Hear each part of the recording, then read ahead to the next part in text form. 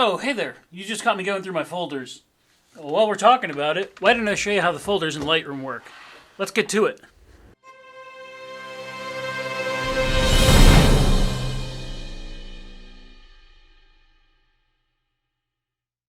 Now, when you're in the library module in Lightroom, it pretty much is going to revolve around folders. The folders tab over on the left side is going to be where you have all of the different images in Lightroom's catalog, its memory, stored and referenced. Now, you have to remember, this is file management software first and foremost. If you haven't seen my video on how Lightroom works, then you should go back and watch that quick one first, and it'll give you an overview of both how the program works, but also how it's managing these files. Now you can see over here the Lightroom remembers that I store all of my images on two separate drives mainly, one called GUnit and one called Genius. These are what I call my working drives. GUnit pretty much houses my older pictures, and when that started to get full, I started to use Genius as like an overflow. These two drives, though, are where I keep the majority of my pictures, and then I have them backed up in case something happens to those. When I'm traveling, though, I have a couple drives that I use.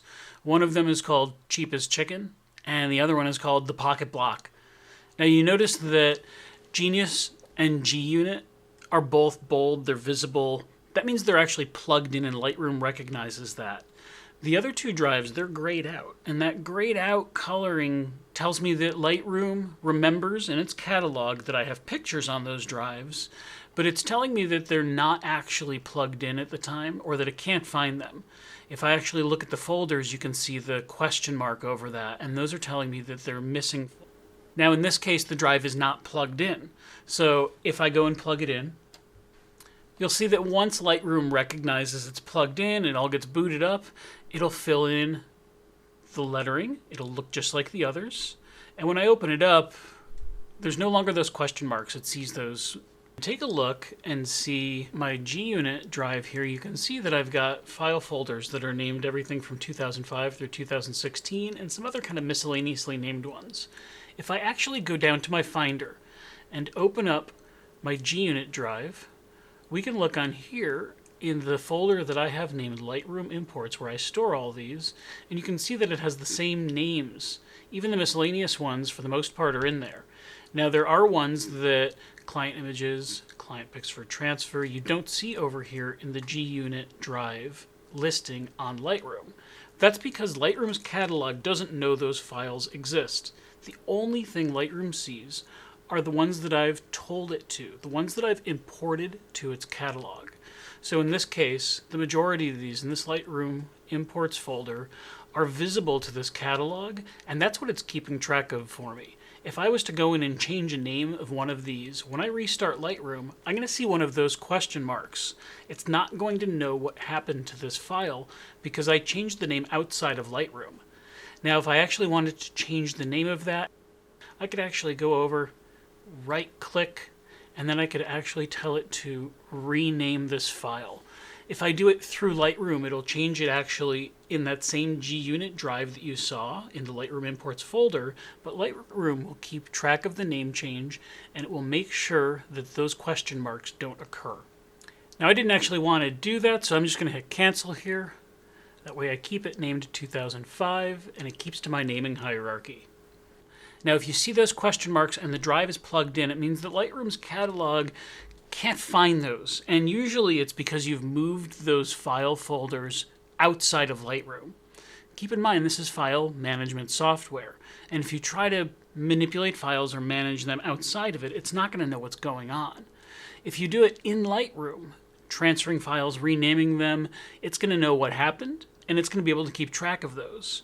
Next week's episode is actually about how to find these missing files and folders, so make sure to hit that subscription and notification bell so you don't miss it. In this case, I'm going to show you a couple things. I'm going to take images from my Cheap as Chicken, my travel drive, and I'm going to move them to where they're going to live permanently, which is my Genius drive. Now, I have a 2019 folder. You notice that I store all of mine in date order, which is the easiest down the road to find. And then you've got everything in month day. So if you come down to my Genius drive, where these are going to be living in the long term, you notice that there's already a 2019 folder. So I can actually very easily now highlight 1214, the first folder in my 2019. I'm going to go to the last one, and I'm going to hold down the Shift key. And when I do that and click the last folder that I want to move, it's going to allow me to just drag all of those and drop them into the 2019 folder. Now, it gives me a warning. I don't like to click the Don't Show Again because I want it to say, hey, you're about to move files every time I do this. I don't want this to happen by accident. So in this case, I know it's going to happen. I click Move. It starts to initiate it, but now it's telling me that there's already a folder in 2019 called 1214. So I'm going to hit OK at this point.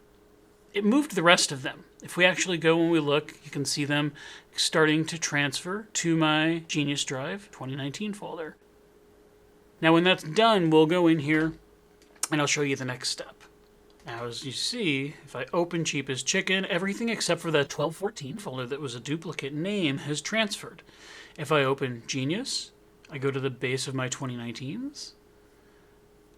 All the way down here I can see everything is transferred, but there is one called 1214, that duplicated name. If I go to this 1214, there are images in here.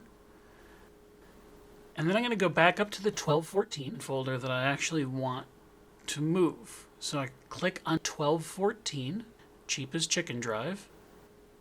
Click on the first one. I'm going to go to that last image and click on it while I hold Shift. That fills in all of the pictures in the middle. Now if I go to the folder I want to transfer it to, remember it was called 1214, I can right-click. And if you're using a touchpad, that's the two-finger click. But when you right-click, it brings up a little menu. And I can say I want to move these selected photos to this folder. When I click it, it's going to take all these pictures, and it's going to start moving them to the 1214 where they're going to live permanently. And now if I go back up to my Cheap as Chicken Drive, I can see the 1214 is empty. Same thing with the 2019 now, since this is also the last folder I had in there. When I right-click on it, I can tell it that I want to remove this folder, and it just cleans up Lightroom. It helps to remember what's actually there. Now you notice, though, I also have a 2020 folder that I can't exactly just drag because there's no 2020 in the Genius Drive where they're going to live. I have to add that first. If you notice on the top of the folders section here, there's a little plus.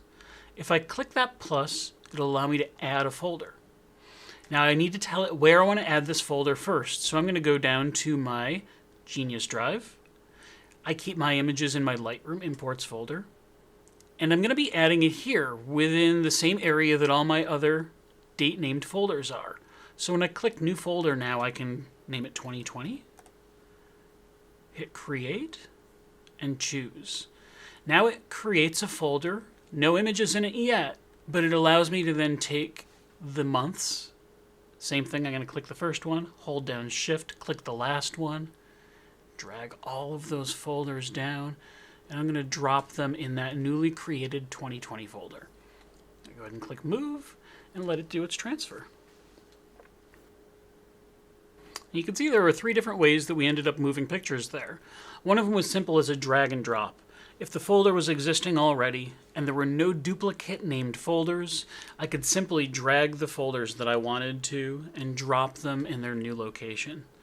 Now, it became a little bit more complicated when there was a folder that had the same name. So in this case, my 1214 folder, it was duplicated.